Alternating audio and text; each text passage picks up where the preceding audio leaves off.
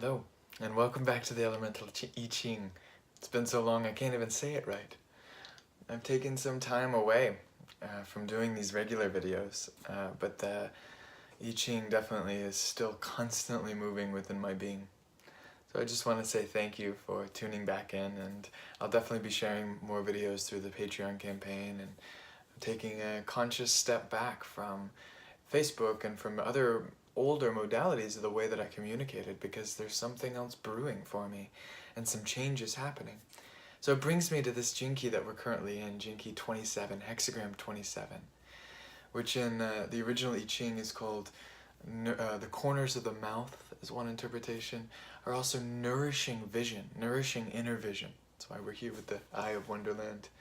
And in the Jinkis it moves from the shadow of selfishness, like how selfish I've been for not doing these videos, to really turn inward. Altruism, the gift. How can we think and feel and interact in that pod mind, in that giving of generosity, without the constriction of these self-agenda, egoic, narcissistic tendencies that keep us contained and keep us constricted? To selflessness, to that dissolution of the sense of self in the naturalness and ordinariness of being a good, kind, generous, loving person in this world, and beyond to the superpowers of true selflessness and its miraculous healings. You know, in the I Ching, this is the mountain and thunder. We're in this cycle right now of the arousing thunder, of the lightning bolt of change. And I definitely felt, as some of you may have seen in my post about my car, like I've definitely felt the power of that thunderbolt of change, of awakening, of agitation in its shadow, right?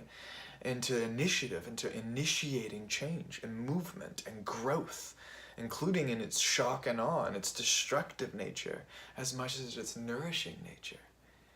And then the mountain of appreciation, of stillness.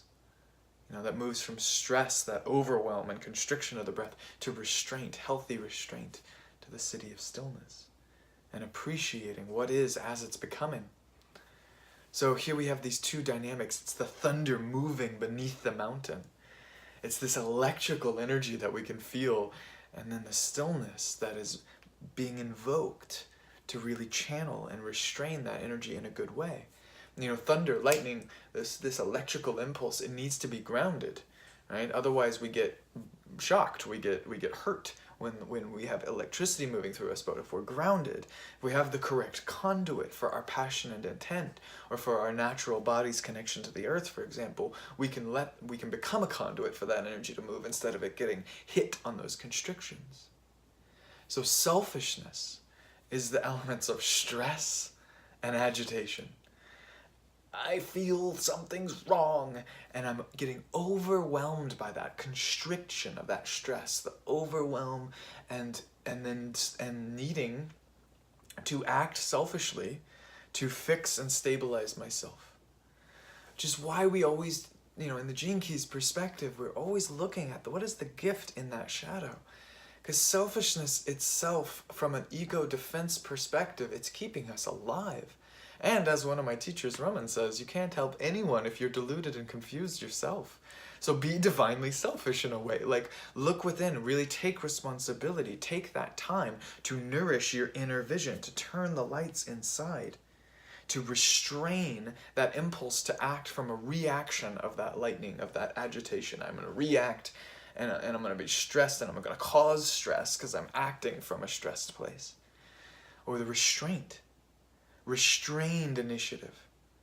Nourish myself. As painful as it is, because it's such a slippery slope. Spiritual narcissism and over self-obsession can definitely be farther from the truth.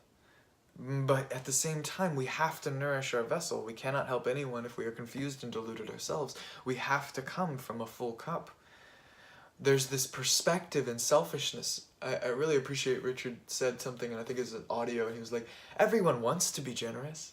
Everyone would like to have more to give, you know? And so there's this longing to be generous, to be selfless, to be altruistic. But I have to take care of my bills. I have to take care of my family. I have to take care of my sick mother. I have to take care of something, you know, very dear to me. I'm prioritizing something.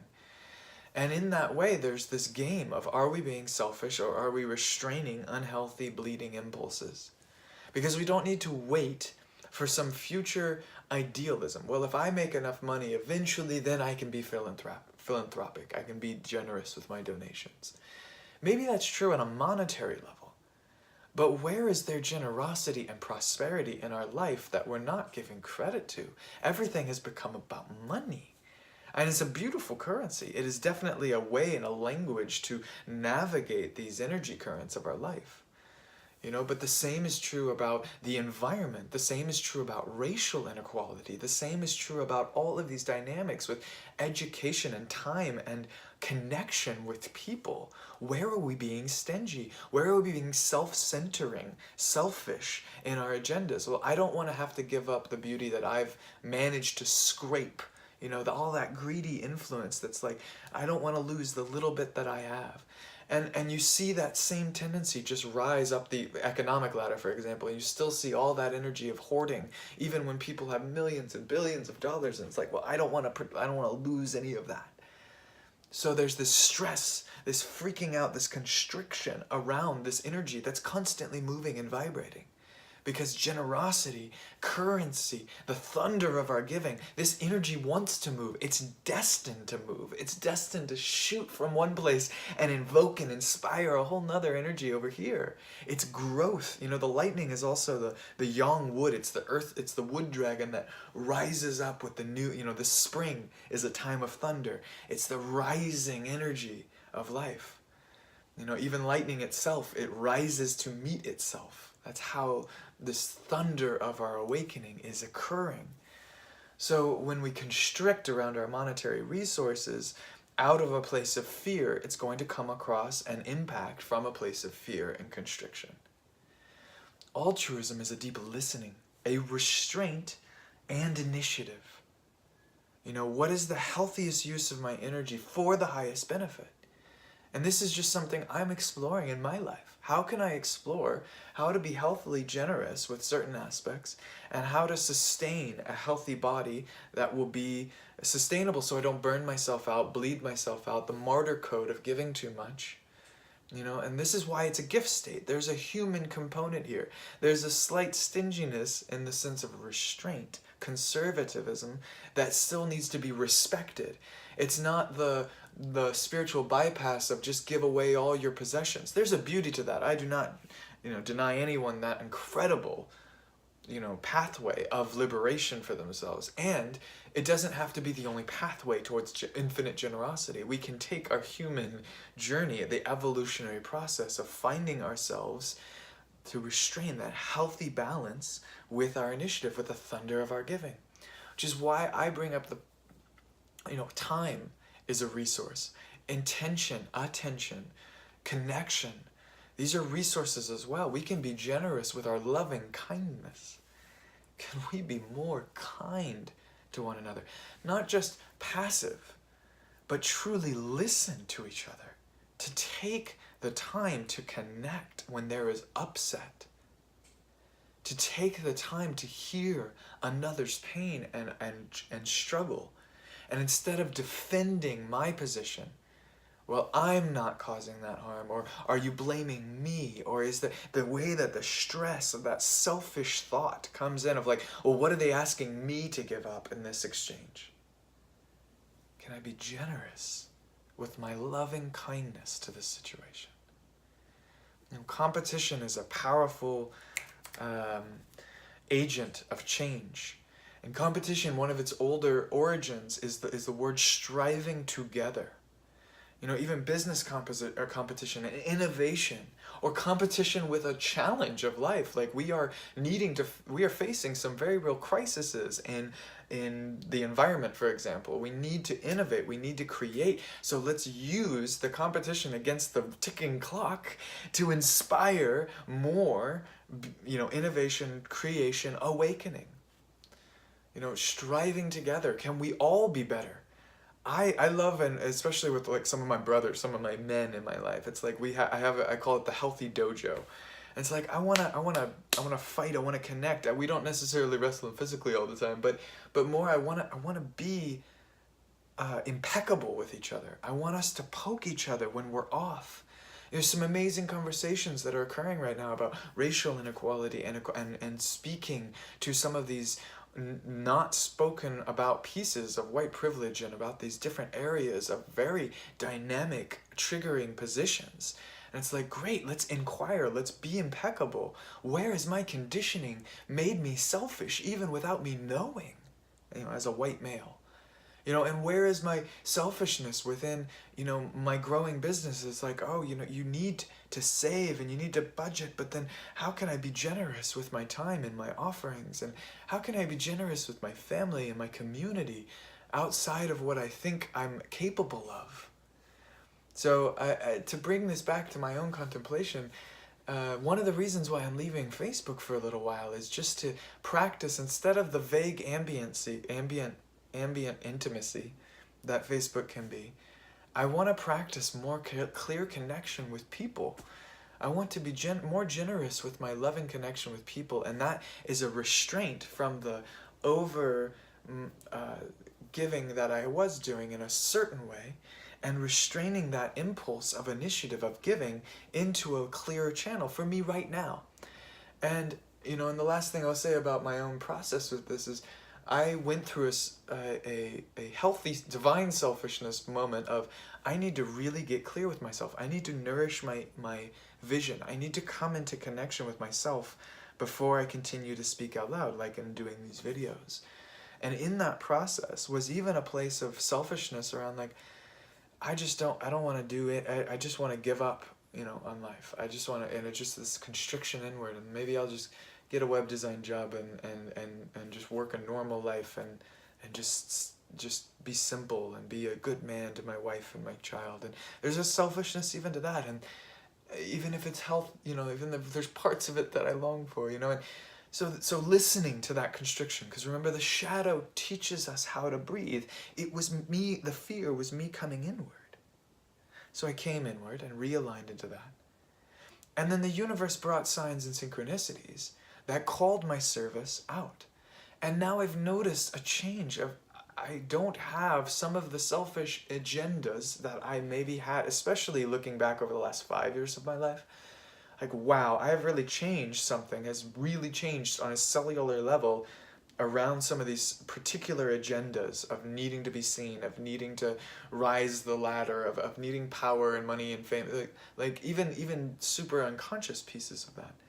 And now the universe is calling for my service, calling for my genius, because we still have a light to give. Selflessness is not about being nothing, not having a worth. It's about, like, the hollow bone. In traditions, in Native American traditions, there's this concept of the hollow bone, or the hollow reed, the flute that that divine spirit can play through. And I had this, we have a metaphor here called the stew, and I've been feeling into this. I've been making bone broth a lot lately, and it's like, through the heat and the pressure and the long time of the alchemy of the stewing, the bones release their marrow to become hollow bones. But the marrow is the rejuvenating essence that we can nourish our body and remineralize our body. And so in the process of becoming a hollow bone, in the process of becoming selfless, where divine spirit just moves through us endlessly, effortlessly, and we're just divine instruments, there's this process of melting the marrow, the gunk of who we are, the very individuated self, that's actually becoming the nourishment for the whole, for this brew. So there's this, altruism has this bridge between being selfish and selfless, where we need the individual. I need you. We need us. We need our individual notes to make this grand symphony work. Have an ego worth giving up. This cultivation, not from from an obsessive narcissistic place, but yet still that healthy restraint to do your inner work, to I can do my inner work and cultivate a level of peace amidst disturbance, a level of my skill sets and my gift, that my genius that is being called by that service.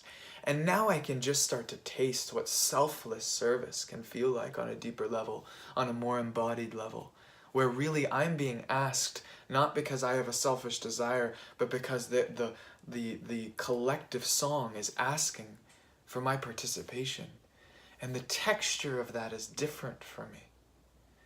So this is my exploration of nourishing, my inner vision, nourishment. How can I take in life in a different way, a different texture? There's this great quote of, the Tao has no taste as it goes through the mouth. So when I participate in my growth, there's an element of it tastes good, you know? And when I don't participate in my growth, it's an element of tasting bad.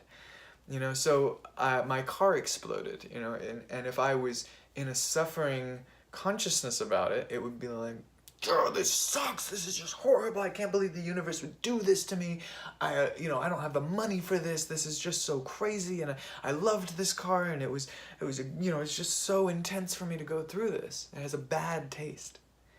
You know, or the lightning strikes, and my dear friend Water noticed that we were at mile marker 48, GK27, inadequacy to resourcefulness to wisdom. And there was a nice smile on both of our faces while we just sat for the tow truck for hours, because, it's just so funny to just sit and be with what is occurring. And I noticed that there was a difference. My body was at relative peace with everything that was going on. So it had a different taste, it had a different texture. And that's what I've been asking and aspiring for in my life is, can I be nourished by all of my experiences, by the shadow, by the constriction? Can I taste what is occurring? But I love this concept of the Tao itself has no taste. It's a perspective and attitude that's flavoring it. And I think that's a little more towards what selflessness and the city can mean, is it's no longer a taste. Altruism, it's like I can give and feel really good about giving. I like donated the other day to this project. And it's like, I'm going to give a little more than I would normally give because, I really want to support this music. I just really appreciate what they're doing. I can, and it'll just be a nice gift for them to see a little more than what they usually have and from an album. And it's like, yeah. And I felt good. Which is great. It's a good biofeedback from the universe that'll help make us more altruistic with each other. Like, get that little high of giving. What a beautiful thing. But selfless is a little beyond that. At least that's what I'm inspired by its contemplation, is what if it had no taste? What if you're just so out of the way, as the spiritual culture would say, like so connected, so relaxed, that the self didn't need anything out of that exchange. And that's why it's a city. It's a higher ideal. It's not something that we're going to just embody holding space for miracles, but it's a contemplation for me. And I can live in the altruism.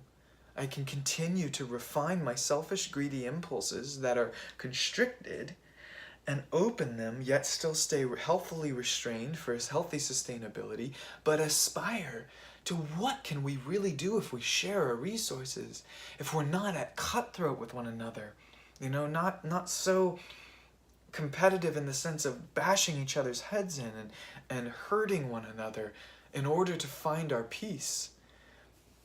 There's a lot of catharsis occurring on a global collective level, and we're detoxing, we're having to face big business and racial inequality and social inequality and economic distrust and war and environmental decay. And it's like all of these signs of the organism in a healing crisis, they just are building and growing. But we are the resource that are going to live through these things, and I still hold my goal of peace through these disturbing waves. Not as a bypass, must stay lucid and aware of these waves as they occur, and not be so selfish and self-obsessed that I just take care of my own bubble so that I'm safe, and yet have a healthy healing restraint of I can't feed everyone. But I can make the difference that my genius, that my loving kindness may provide. And I can learn where I've been conditioned to be more selfish and self-centered than may be appropriate in this new age of connection and generosity and compassion. So it's a learning journey for me, and I claim no mastery over any of this. But I do invite us into this contemplation of what is selfless service and what is selfish service, and where can we begin to relax our agendas. I'm asking that where can I begin to relax my agendas and feel this texture of a naturalness with life, of following the thunder when it strikes, and restraining my agitated impulses and my stressed out impulses long enough to sit with the discomfort until a true, authentic giving emerges. And things are happening at a very quick rate. So that pause doesn't need to be weeks. It's just a breath. So that I can tune in if I'm responding out of fear and agitation and constriction, or if I'm responding out of the thunderous giving of my loving kindness to this present moment to connect and be real. So I hope there were some gems in this for you. It's a pleasure to be back. I will be headed to New York very soon for a week of Gene Keys, but I hope to be continuing on a more regular pulse with the videos. There's also 2 videos that have come out that are specific for patrons. And so thank you for everyone for your support, for your continued support, and I hope that this has brought you some questions and insights for your own contemplation of Hexagram 27, Gene Key 27, nourishing our inner visions, nourishing our bodies, nourishing our life. So in the spirit of nourishment, here's a little excerpt of some kalimba music that I made in my contemplative practice preparing for this video. Many blessings to you.